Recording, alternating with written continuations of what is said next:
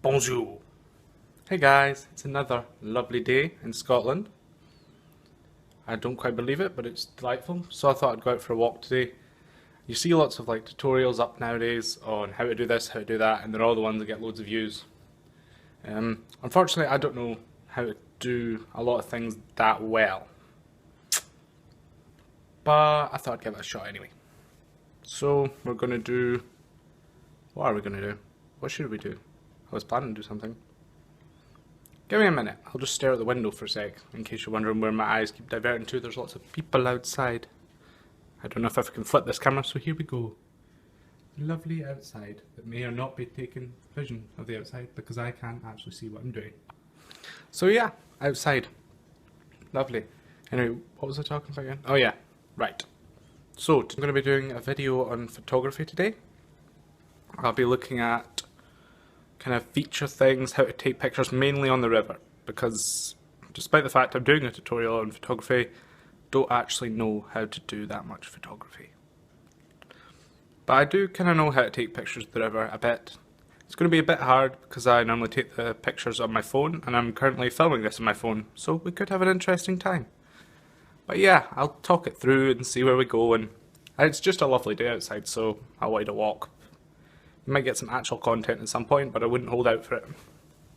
See you in a bit. I have a feeling with this wind, this is going to be another strange hair video, because it just seems to be going everywhere. But oh well, you know. As you can see, there's lots of lovely things I could potentially take pictures of, like the blossom on the tree, or the general landscape of Dundee. The lovely old houses and the water down the front. So guys, as you can see, we've decided to go for a tropical theme now. Well, we're really playing for the sunny city in Scotland thing. Just having loads of palm trees. Some more wildlife you could take some pictures of. We've got the sea breeze bunnies there, down by the train tracks. You could also take pictures of the train if you wanted. Well, now that I've certainly spent half the video wandering about a bit, trying to get to the general point of the video of taking pictures down to the waterfront, I've actually managed to get to the waterfront. I recorded the original of this while I was down there, but unfortunately the wind is a lot stronger than it looks that day, and I couldn't actually hear anything I was saying. So yeah, we're down by the water, taking some brilliant pictures of the beautiful waterfront of Dundee. And this is the reason I'm not filming much of my face in this section, because my hair has gone like this. Maybe I should just get hairspray or hair gel or something like that, I don't know. Right, I think I found quite a good spot for us to start taking some pictures, so I'll try and talk you through some stuff. Well, you can see here the water meeting the shore. The water can be quite interesting if you get it on the right day with the right light and say it hit sunset or sunrise, and there's different colours playing in the water, but today it's kind of just blue and brown, so it doesn't play to the most interesting picture, even with a bit of seaweed in the foreground and with a little bit of the hills in the background.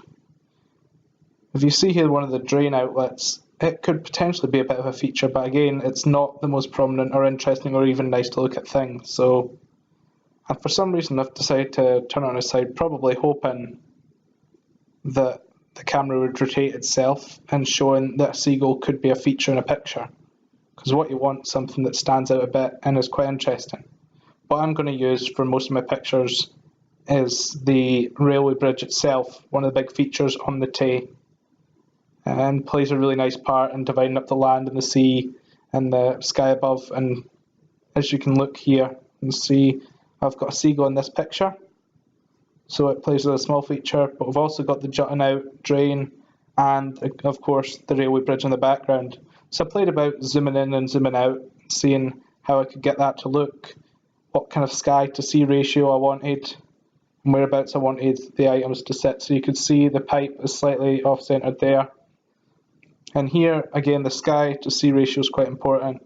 If it's more interesting sea, you want more of that. If it's more interesting sky, you want more of that. Today, it was quite even, so I had the bridge kind of sitting central, splitting up the two areas.